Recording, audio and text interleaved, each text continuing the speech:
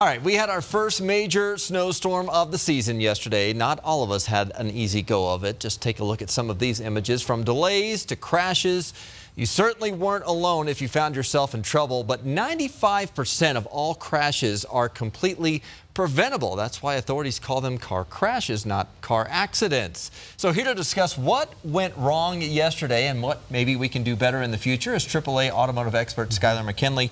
Thank you for being here. I mean, even before you head out and get in the car, what can drivers do to prevent a breakdown? Right, and I want to be clear, the point isn't to lecture anybody or scold anybody. It's just something you have to get in the habit of doing when the winter starts to change. Three big ones before you head out that we know can really limit your likelihood of breaking down. It's your battery, your tires, and your wiper blades. On your battery, if you've got an older battery or if it's struggling when it's warm out, it's going to probably die when it gets cold out because of the physics of batteries. Similarly, your tire pressure light's going to go on because tires lose about 1 psi for every 10-degree Fahrenheit temperature drop. So fill up on cold mornings before you start driving and your gauge will probably be just fine. And then wiper blades, a lot of Coloradans say, oh, I'll leave my blades maybe a year, 18 months before I get new ones. Yeah. If you see any streaking, really, it's time. You need to replace those blades every 6 months. They're pretty cheap, and you can do it yourself. Yeah, the dry conditions kind of warp those wipers. Right. I've already seen the tire gauge go on in my vehicle as well. How can people be safe while they're driving in winter conditions? Yeah, so speed is the #1 culprit behind the crashes because if you're going faster, it takes longer to stop in slippery conditions. So really plan on 8 to 10 seconds of following distance or 3 to 4 times what you typically would car lengths on dry conditions.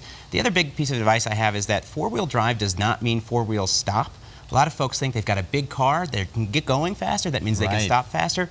There's really not an appreciable difference. So just because you can go faster doesn't mean you can stop faster. Slow down. Yeah, good point. A little deceptive there. All right, how can you make sure your car is winter ready? Yeah, so we're partnering with you guys tomorrow. We've got the Denver7 Car Care Fair presented by AAA Colorado at Denver Premium Outlets in Thorton. Beyond that, though, any good mechanic's going to help you winterize, and they can identify any other issues your vehicle might be having before you break down and have to wait for a tow truck in the cold. Find a good mechanic at AAA.com/auto repair. Yeah, that 20-point inspection, $5 or $10, depending on if you're a AAA member at the Thornton outlets tomorrow. And again, we will be out there with AAA. Thanks for being here. Thanks. All right.